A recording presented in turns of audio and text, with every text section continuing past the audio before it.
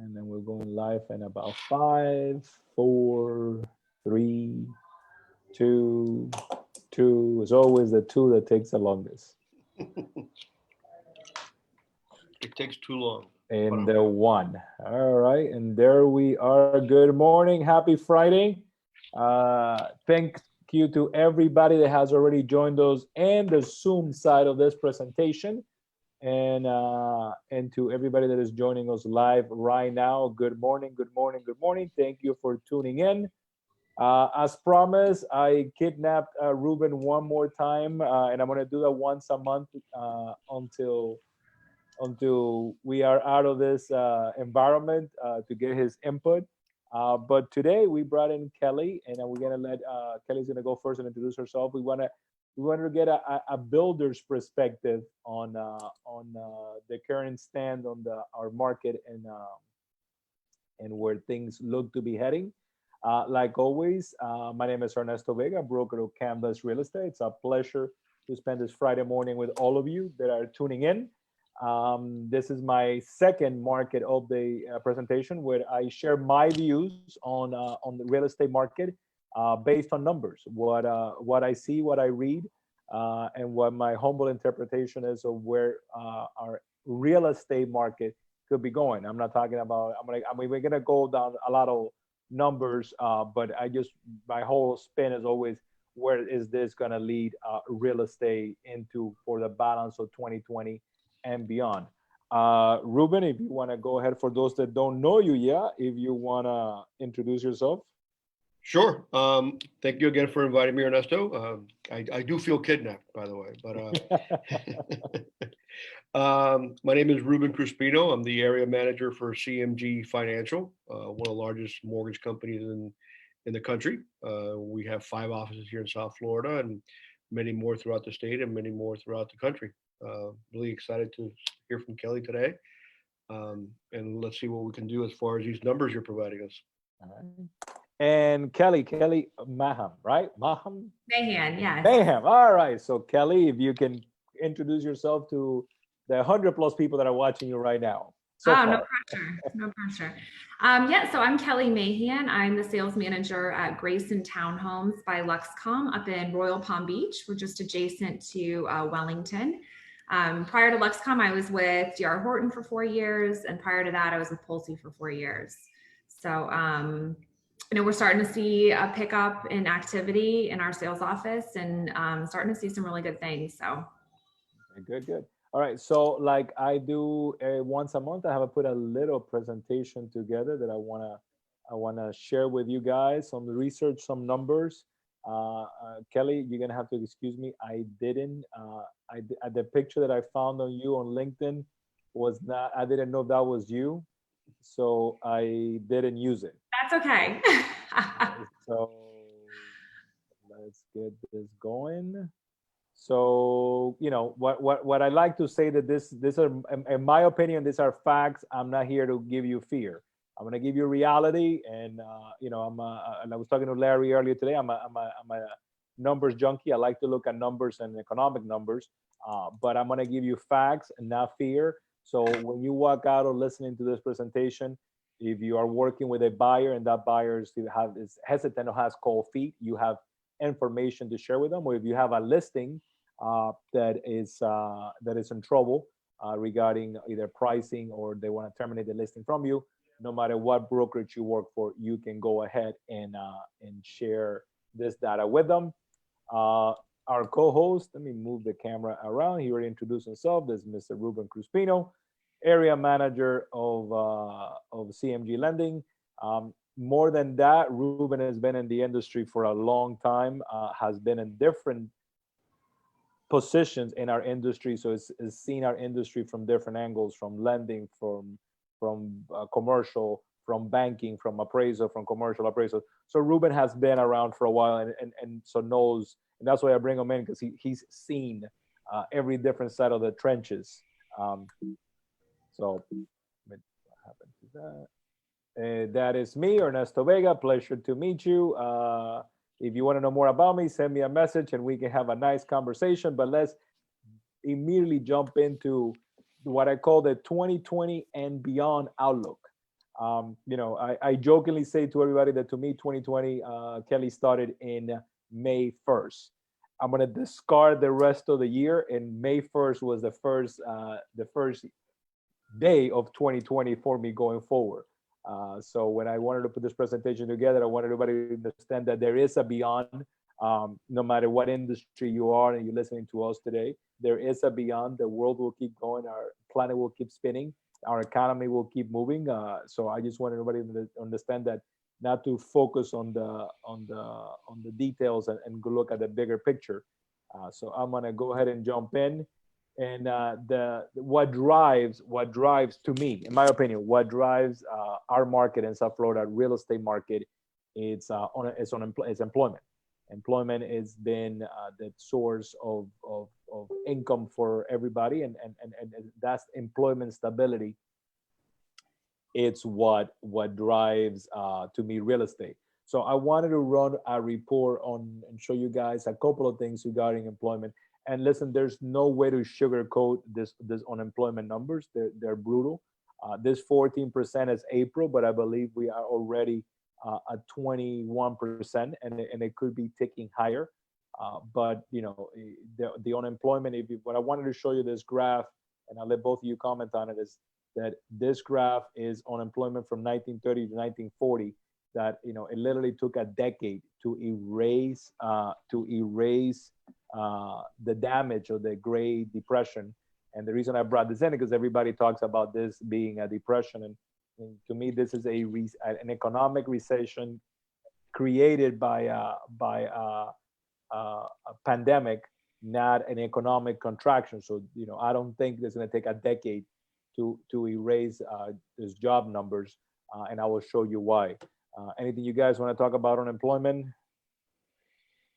Well, I think you're right. I think they're predicting us to hit that 25% mark pretty soon here, which would put us in line with what happened back in the 1930s. Yeah. We will definitely touch 25% without a doubt.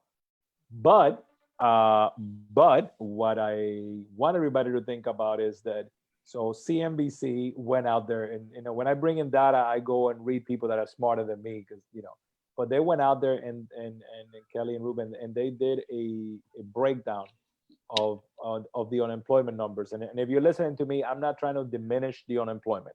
This is going to hurt a lot of people and a lot of family, but you got to take the data and look at as a real estate professional, mortgage professional, insurance professional, whatever, and see how that's going to affect your income going forward. If you're a builder, if there's going to be buyers out there. So as of April, 78% of all of those that have been let go and have filed unemployment were for industries that the government feels are temporary layoffs.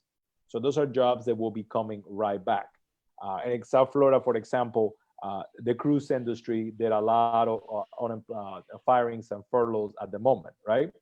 But if the more and more that you read daily, the cruise industries are looking at August and September, and they already have very robust sales. So all of those people that are currently unemployed in that industry will be coming back in. Every restaurateur that I know has opened in Broward County already, and they have already begun to bring back half of their workforce. So you take and I'm not going to mention names, but this one of the operates 5 franchises in the Tri-County area, where he had let go close to 200 people. He opened on Monday. He already brought in 75. He's looking to bring another 50 in by next week. So the unemployment, and Ruben touched on that, it's gonna get to 25. But as of April, 78% of what we had was temporary employment, the temporary job loss, not jobs that were gonna not come back ever again. There's some industries that are fading away, but the majority of this, the government feels, are jobs that are going to come right back. So Ruben, you'll be able to do mortgages for a long time. I hope so. And then when we look at filings, when we look at filings, you look at March, April, the filings were there's no way of hiding. They were unbelievably brutal numbers and filings. But if you look at the filings every week, they begin to drop. So yeah, we're gonna touch that 25%, but not at a rate of 6 million people filing for unemployment all the time. When we look at the first, March, April, the first week of April, second week of April, that's when the lockdowns were taking place. And then I know that we are, we have a very short-term memory, and we've been open for a week and we feel like it's been forever already. But speaking to someone in Colorado yesterday, Ruben, they're telling me that Colorado's on full lockdown to probably June 15th. Wow. Full lockdown.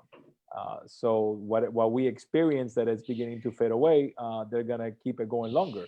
So, but how many people from Colorado are moving to Florida? And this graph I'm sharing with you is I'm sharing with everybody. Like I keep saying, unemployment, it is a very painful thing that we're going through as a country. There's a lot of families being affected by it. But I want you to, put sort of blinders on for a second and understand how is that going to affect my earning as a mortgage broker, as a real estate professional, or as a builder. So when you look at, and this is at the end of April, I don't have May numbers yet.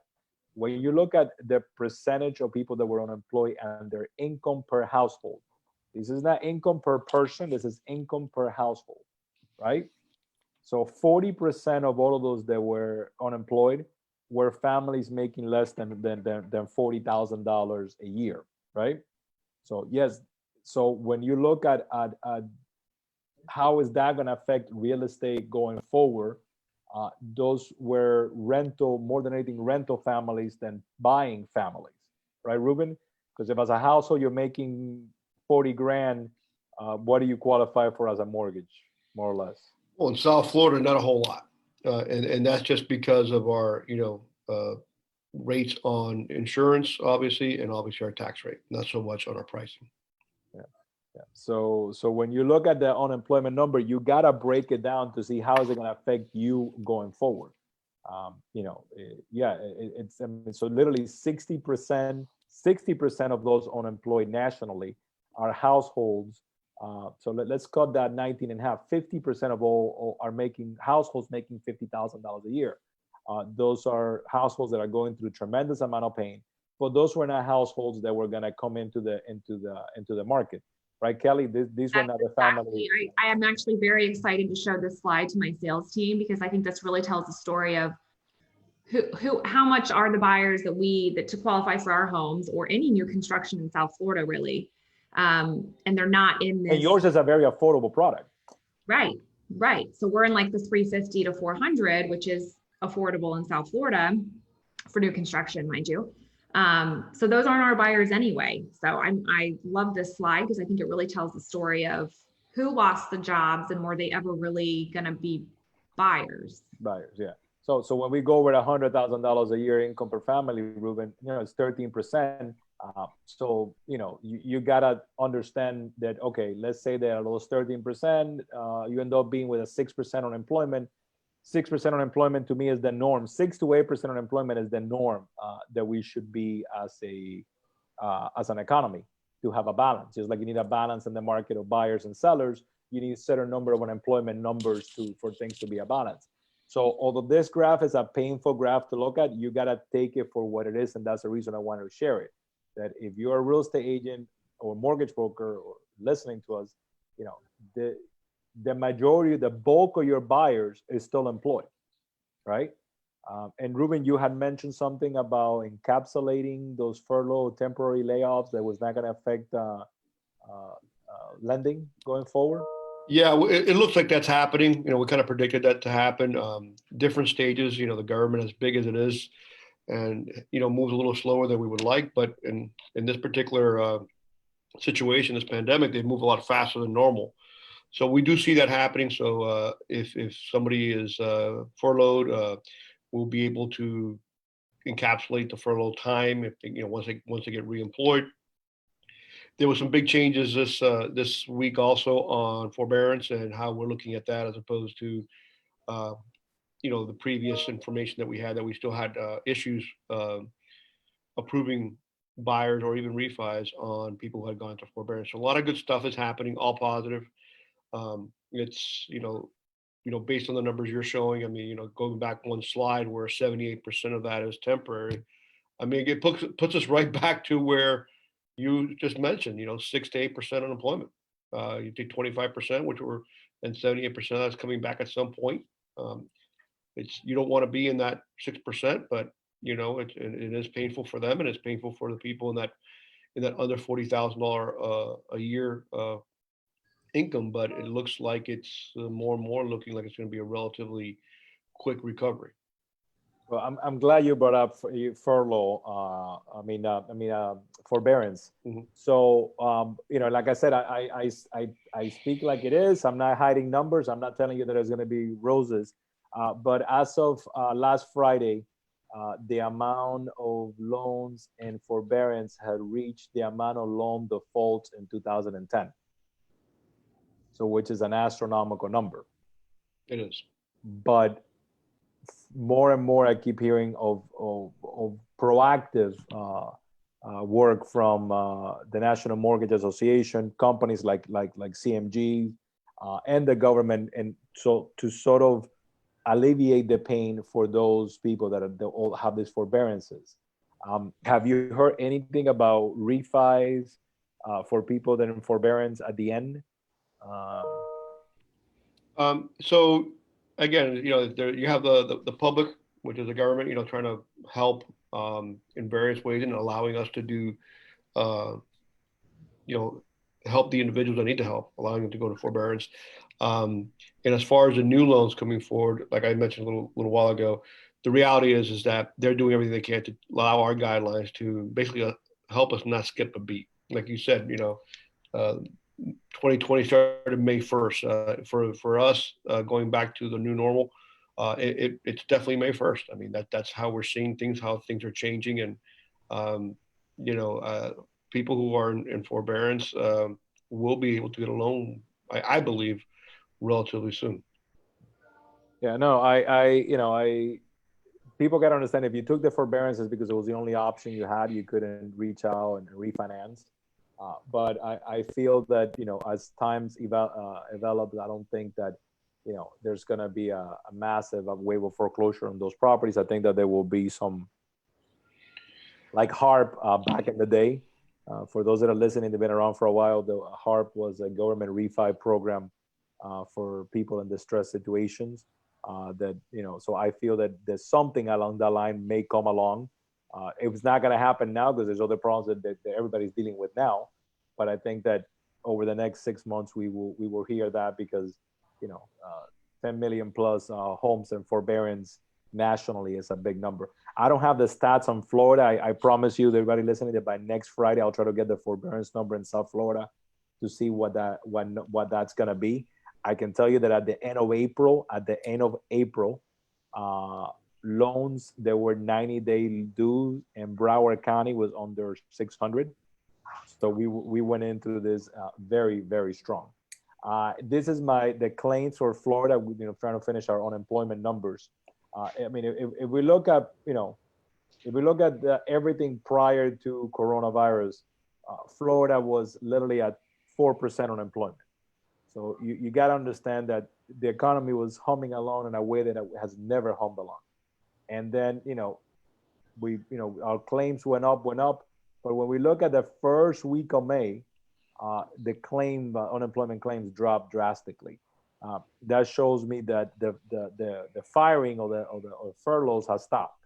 I mean, that's my take from. I don't know if you guys want to jump in on that one, but to me, it shows that massive layoff that took place, it's done and over with.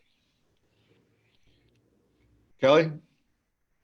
I mean, that's kind of what we're seeing in the sales office, is people are getting more and more comfortable with their job situation. So they're not, at first it was people not wanting to come in or even come in, and definitely not commit to a contract because they were nervous about, being laid off or furloughed. But that's really, we've kind of turned a corner.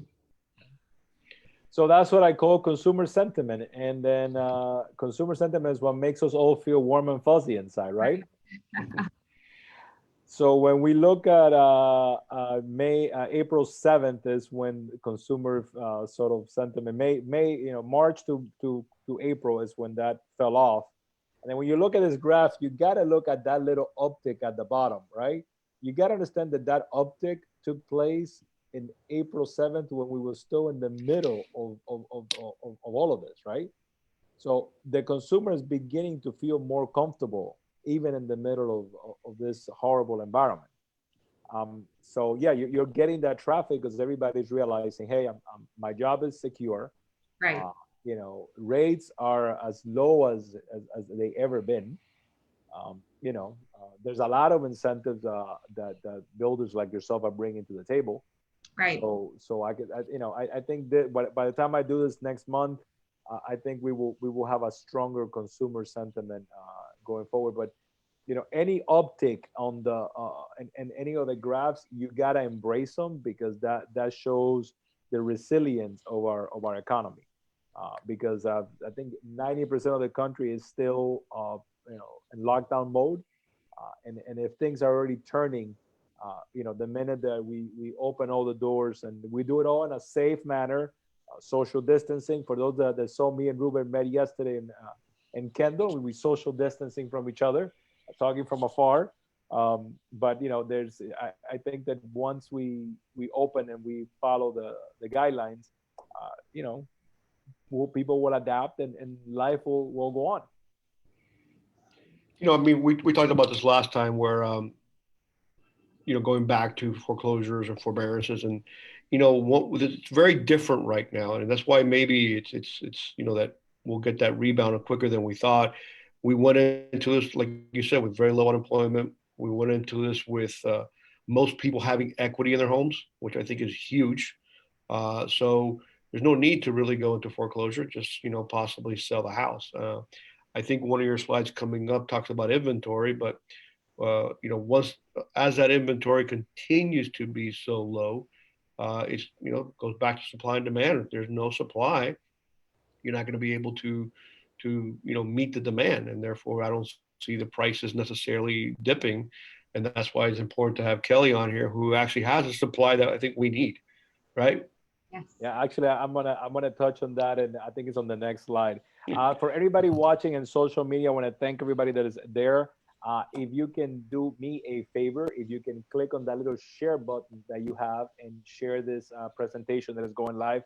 This is gonna be recorded, and these slides, if you're interested in receiving them, send me a message either in social media or email, and I will send the slides over to you so you can have a conversation with whoever you're working with. So this is what Goldman Sachs, and you can either love them or hate them, but Goldman Sachs manages all of the wealth in this planet. So if anybody needs to be right on projecting where we're gonna be and where things are going, it's gonna be Goldman. And when you look at their projection, everybody calls it a V. I call it a Nike swoosh, and I think Goldman is agreeing with me. When we look at GDP going forward, which is where the economy is going to be going forward, they really feel that we took a hit, and then for the balance of 2020, but then you can see how our economy begins to balance itself out. And when you look at 2021, I'm very bullish on 2021, because if you saw us speak last time, that's when that imbalance rebalanced itself again going forward. Now this is your part, my friend. Oh, so mortgage apps keep upticking. yeah. More and buyers, not refis, buyers. Applications rate up 11% again. What's going on? Well, I mean, again, I think that people need a place to live. Depending on what part of the country you're at, you have different factors affecting it.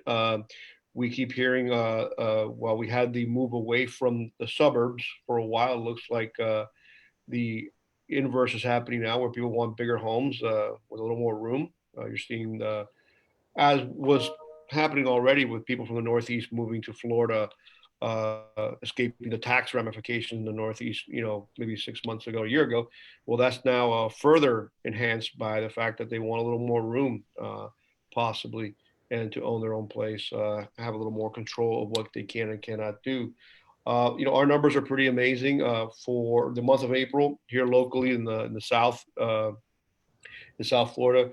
Uh, Almost 60% of all our loans, 60, were purchases. I mean, that's still pretty big. It's a pretty big number, and not to be outdone by April, May. At this point through May, we're at 78, almost 80% of our loans are purchases. So Yeah, refinances were down last week.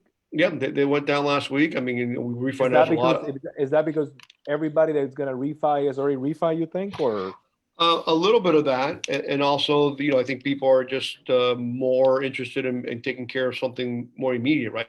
You don't have to refinance, right? You don't have to. You can still wake up, go to work, and come back, and you already have your home. I think what we're seeing is the uptick on people having to move, whether it's looking that they want something bigger or they want to move into a different school district. That's more of a have to business. So I think that's what we're seeing, and this is the beginning, historically, of our busy season. April, May, people start making decisions on where they're going to put their kids in school the next fall. So I think that's what is happening. I mean, this is typically our beginning of our busy season anyway. And I think we're starting to see also a little bit of what we're seeing as far as coming up to the suburbs and people from the Northeast wanting to get away from the cold weather, the taxes, and possibly gain a little more space.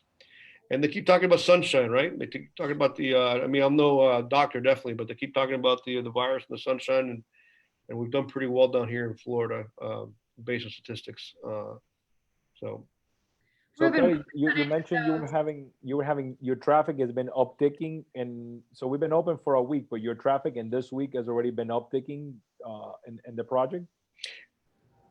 Kelly. I'm sorry. Say that I couldn't hear you for a So second. so literally you've been open for a week, although you are an essential service. People have been comfortable. Have you seen an uptick on buyers walking through? Absolutely. I'm actually glad we didn't have this call six weeks ago, because it would have been a little doom and gloom. I mean, we were concerned for a minute there. But I would say probably the last 10 days, I mean, we were averaging about one person in the door a day, kind of during the height of this. And now we're seeing 3, 4, 5 people a day come through the door. We're setting, it's interesting, is we're setting a lot of appointments. So I think people are finding a lot of comfort when they know that they can walk through by themselves. There's not going to be anybody else there. We've kind of prepared for their visit in terms of wiping stuff down.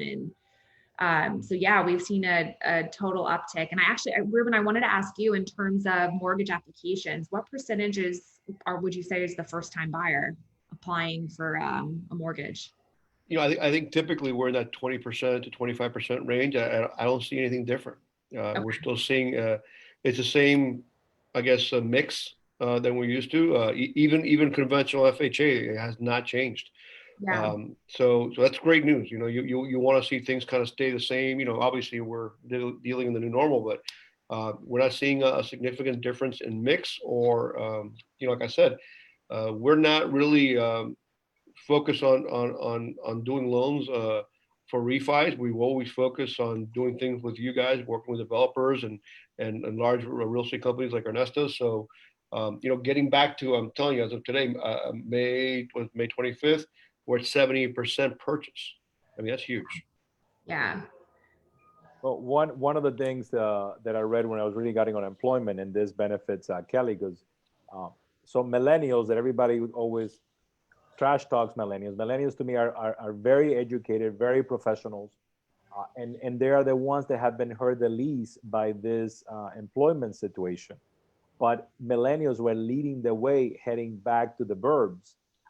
And Kelly, your product, it's a brand new, affordable in the burbs. So for all of these millennials that are now working from home, and most of them may stay working from home for a while, that you're and guys, we're gonna bring in Kelly next week so she can showcase the step by step on how to make an appointment with her product and see her product. They're wonderful townhomes over in the Wellington area. But you're set. You're building something that is now in demand, Right. and where people want to live, and brand new and affordable. So Exactly. Yeah, but let me move those for a second so I can show this graph. So, because I keep talking about, what is new home applications. So let's compare mortgage applications in 2000 and, 2009. We went to the 2010-11 period. You see where we are. So for everybody that is comparing where the market, so the people that are talking to Ruben, right, are going to go talk to Kelly and me after. First, they're going to go talk to Ruben, get approved, and then they're going to go find Kelly or me, right? So this is what you got to look at. 2010 to 2013 application volume. You see how low we were? Even at the lowest point of this pandemic, applications were never that low. And you got to look at the application levels right now are summer of 2016. And for those of you that forgot, that was a great summer for real estate, right? Yeah, you know what? I mean, no matter how we slice our business, we talk about location and things are changing constantly. Our biggest driver is interest rates. At the end of the day, if you look at the real estate, new construction, mortgage, the main focus is interest rates. And interest rates are so affordable. They're so low, historically low, that it almost makes no sense not to buy.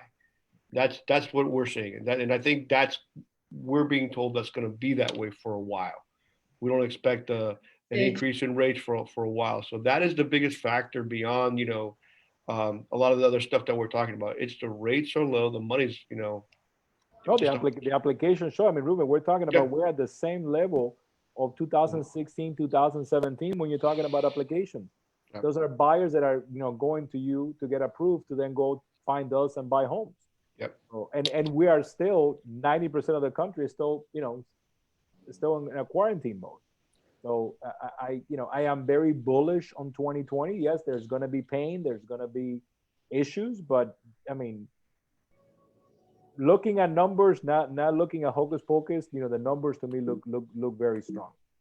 And that's, we keep trying to really emphasize the low interest rates with our buyers in particular, because we'll have people come in and they'll say, oh, well, I was only approved for 340, last year. And I say, talk to CMG. Let's really figure out what you can afford now, because that low interest rate is going to affect everything. So we've really used that as a tool to help sell. Is you guys, you've got to take advantage of these low interest rates.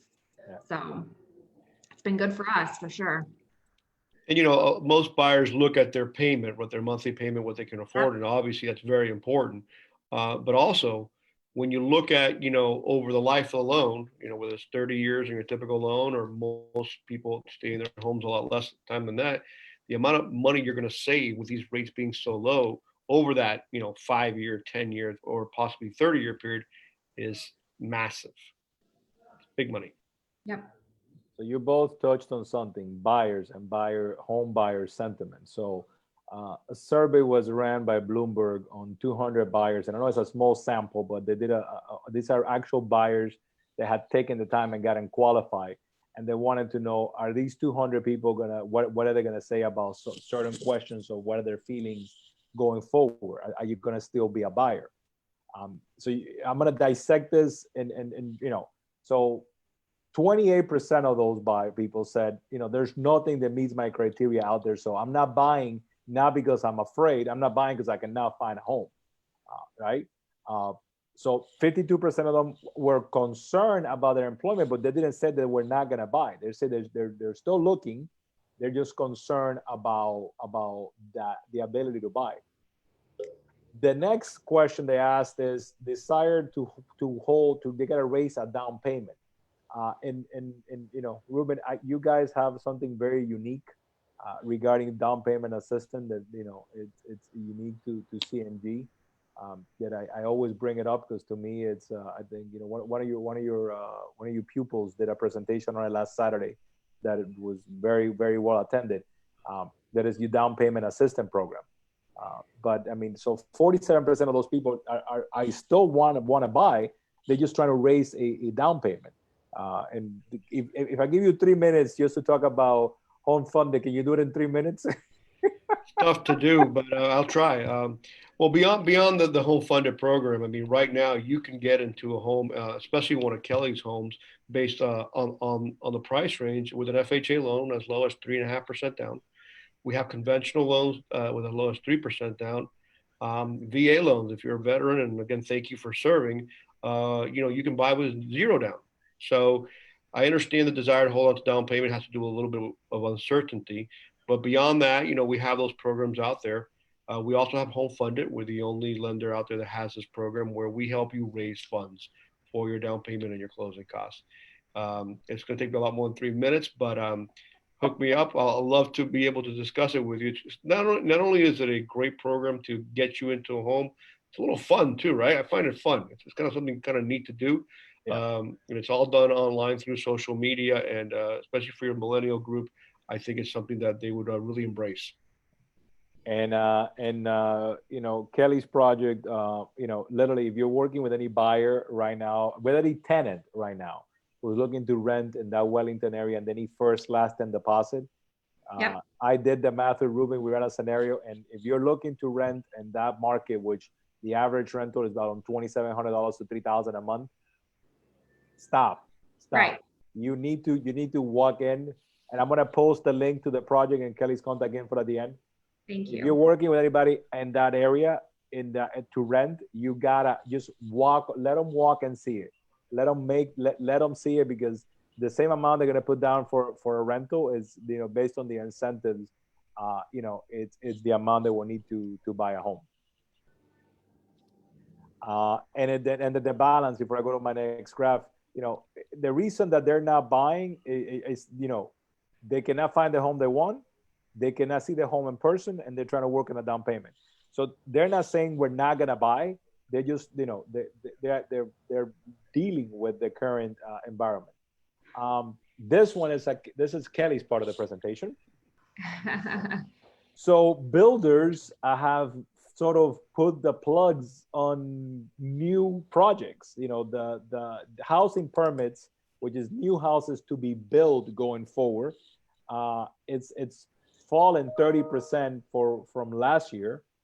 So literally, builders have sort of stayed back on the sidelines and are waiting to see what happens. That helps the resale market tremendously because there's no inventory. However, Kelly works for a builder that it has a different interpretation and it has more belief in the market. So you guys are moving strong going forward. You're very confident on the South Florida market. Right. Listen, I think the home builders, again, 6 weeks ago, it was a little bit of a scary time. And I think a lot of the builders put starting new buildings and starting new homes on hold. But again, as you said, inventory is low. And as everybody burns through their inventory, I think they're going to end up having a gap of not having any inventory out there. Now we continue to build, so we're not going to have that same gap.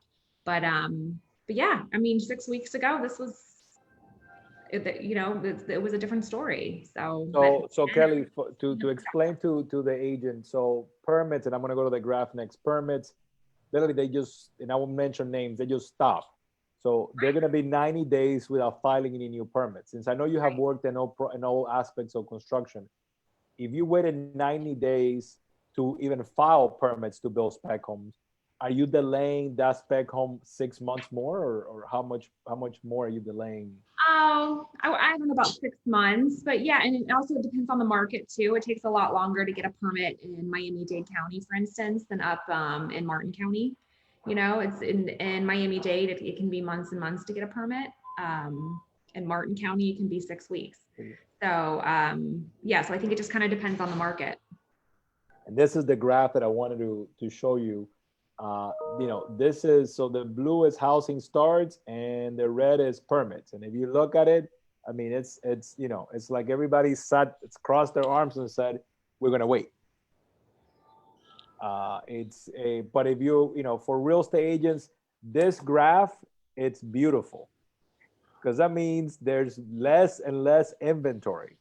So, you're not going to be showing 50 homes to make an offer. You're going to show 3 and they're going to run with it. Or you're going to find a builder like Kelly's that are building are confident in the market, are strong on our believe in our economy and our recovery, and are still moving forward. But most builders out there, literally, they just, they're gonna wait out. Or they wait it out, and that wait out means there's gonna be a longer time to get their inventory back up. Now, for those of you that email me all the time telling me, Ernesto, this is going to be a massive foreclosure crisis, and there's going to be a monumental amount of opportunities for me out there to buy. Let's see what I move this to so everybody can see this. I'm going to have a tremendous opportunity to buy foreclosures, in the market. So this is from Financial Times. So from Financial Times, they did a study of hedge funds and angel funds out there that are sitting on the sidelines with cash to jump into the housing market of picking up what we're going to call distressed properties, right? And they're looking for a 5% to 20% discount from the first quarter of 2020. I'm an investor. I will not buy anything that is 20% off the first quarter of 2020 because I don't have, there's no skin in the game for me. But these hedge funds have already an amount of $350 billion in cash ready to jump into the market to buy distressed properties. So is there going to be a glut of inventory for those that are saying forbearances are going to be absorbed right away? Forbearances are going to create a glut of inventory. There's $350 billion betting on that to pick up that much inventory. So what do you think, Ruben? I don't think so. I mean, again, in my opinion, the reality is we go back to forbearance helping people stay in their homes. It's not the other way around. So the fact that you may have lost your job, or in your graph earlier that one of the two parties of the household have lost their jobs, you're going to be okay. You're not going to have to worry about making your payment for 3 months, 6 months. They're talking about a year. So depending on what your servicer grants you on forbearance, there's no hurry to leave or to sell if you have to do the forbearance. Now, so I don't see like you're going back to inventory. I don't see the inventory there. As a matter of fact, and I know, and we live in a different market. Kelly talked about permits in Dade County being more difficult, to take longer than Martin County. And the reality is, I mean, there's an article in today's CNBC that there's bidding wars going on in homes. 41% of the home, I don't know if it was Seattle or one of those markets, they're having bidding wars back to kind of the way it was. So you have bidding wars, which means we don't have enough inventory, right? So without any inventory, I don't see these people getting their 20% equity they're looking for when they buy these properties. And, South Florida, we're always going to be a little bit protected. We're a land constraint market, right? You can't go any further east, can't go any further west, and Martin County doesn't want to grow. So you're really, we're a land constraint market. There isn't going to be an overabundance amount of development opportunities. And, between that and people are always going to want to move to Florida. I mean, again, we're already seeing that people out of New York wanting to come down. We've had so many phone calls from people from New York that maybe visited the community before and are like, okay, I'm ready to buy. So again, we're just a little bit shielded. I know this is kind of national statistics, but I would love to see this on a more local level because I think the numbers would be more in our favor. I mean, and the thing is that you have this many cash buyers just waiting for anything. Yeah. So, inventory is tight, and you're competing with, giants in the investment industry. So, so where do we see home values in 2020? So this is a survey that was just taken of 50,000 real estate practitioners throughout the country to sort of understand where is the market right now, where is the market going to head for the balance of the year. I'm going to talk about where are buyers and where are sellers and where's by state. And once we get to sellers, you're going to see why, we're in a great position for values to remain. I mean, like I said, First quarter of 2020, we had a 4% increase in South Florida. You know, some predictions, if you were here last month, some predictions are that we will stay there. Some predictions are saying that that 4% could erode. I think it's going to be segmented. It's going to be literally neighborhood by neighborhood. It's not going to be across the board. But when we look at, you know, buyer traffic, buyer demand right now, because this goes back you know, to the first 2 weeks of this month. So buyer traffic, South Florida is in a strong position with buyers. You know, look at the rest of the country. There's not one state in the union that shows a weak buyer traffic. And you got to understand that we, you know, still half the country is still sitting at home without able to go out there and feel comfortable. And we are, you know, literally the balance of 2020, buyers are confident on the market. You're seeing it on their traffic. And then when we go into seller supply, you know, are there a lot of sellers, you know, inquiring about, I want to sell my house, I want to sell my house, I want to sell my house. If you look at Florida, that's what we care about. Sellers are staying put. Sellers are not so, you know, they're not thinking of, you know, of moving. You know, Alaska, there's a strong possibility that people are going to sell. Alaska's a beautiful place to visit. Been there, not to live. So what do you guys think of these two graphs? Buyer demand, you know, versus seller's demand. Are we going to have a buyer's market or are we going to have a seller's market? I'm actually surprised to see New York didn't have more of a seller's market. Isn't that? Everybody says the same thing. No. Yeah. I think it's the international buyers. So although people are running out of New York, international buyers are seeing this as a buying opportunity. Yeah. You know, that pied a terre that everybody wants to have in Manhattan, they're all taking advantage and running to it. So Ruben, I think you're going to have a lot of buyers to deal with the remaining of this year. Well, you know, and it's, you know, the numbers I gave you earlier were based on actual applications. So somebody who found a property, put a contract, was accepted. What I have not told you guys yet is the amount of pre-approvals that we're doing. So these are people wanting to buy that we are pre-approving, looking for homes. So, and that traffic is through the roof. I would say it's almost 90% of what we're doing now when we're taking a phone call is going to be for a pre-approval to either buy an additional property or a new primary residence. Wow. Yeah.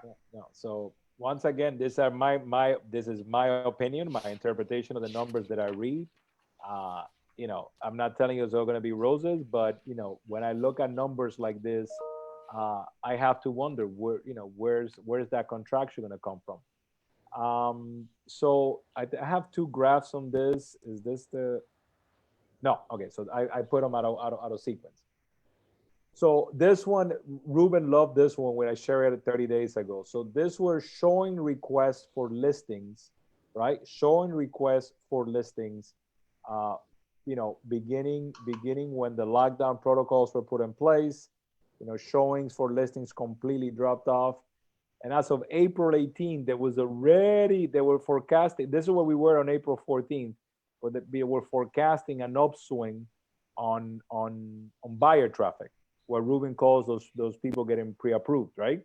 Not people, no, not even. These are pre-approval. These are not people with contracts. No. These are the people just calling Kelly to see, you know, hey, what do you have? What incentives you have? Yeah. So if we go back to here we are now, out of the lock, you know, literally the lockdown just ended. Showing requests are through the roof. This is an active inventory, guys. This is totally in line with what we've seen. So you've seen that uptick from mid-April to now? Yeah, absolutely. Maybe not mid-April, late April. Late April. But I mean, we're literally, you know, if you go back to showing requests post New Year celebrations, right? We are already at that level. So if you have a listing, you're getting showings. You have new home models, you're getting traffic. You know, these is not numbers that we're making up. These, you know, real Show Assist is the vendor for all MLS services across the US, and they track the show requests every time you do a show request. So when they put this graph out there to me, this graph it's monumental. Because in a moment like now, I don't think anybody is gonna go see Kelly's home just for fun. Nobody's calling. Nobody's calling you saying, "Hey, just I have nothing else to do. Can I just walk to the model?" Exactly. Is the beautiful thing about this is really weeded out kind of all the tire kickers, and the people that come to our sales office want to buy a home. Now, sometimes they can't qualify or they have some credit issues or something like that, right? But they come with the intention of I want to learn about buying a home, and I'm a buyer if I'm able to qualify.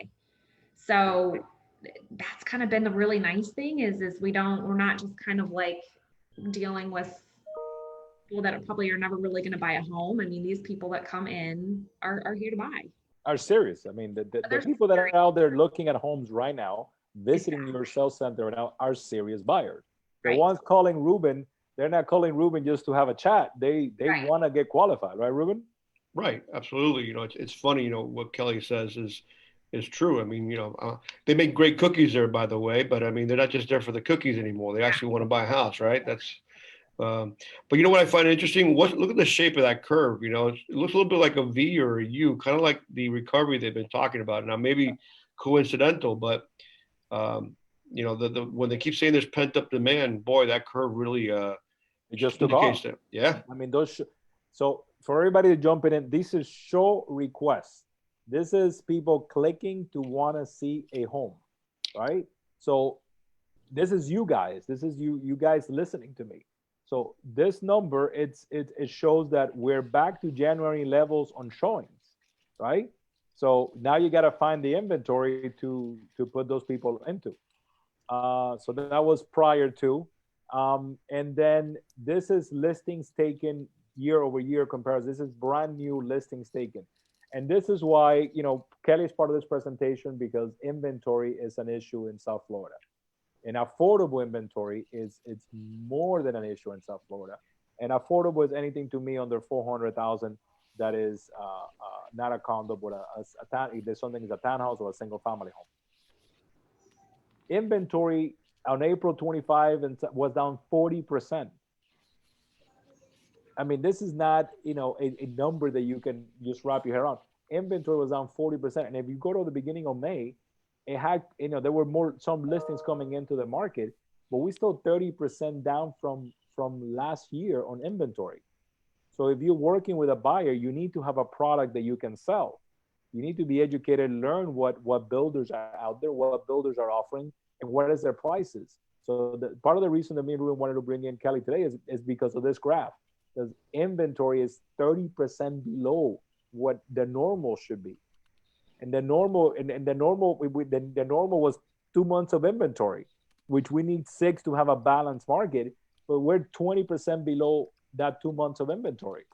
So is this where I get to do my sales pitch? So we have about 9 completed inventory homes, and then we have 2 more buildings, one that should finish in June, one that should finish in July, which is going to have a couple more units that will be available. The majority of our inventory homes are priced between about $350 and $400.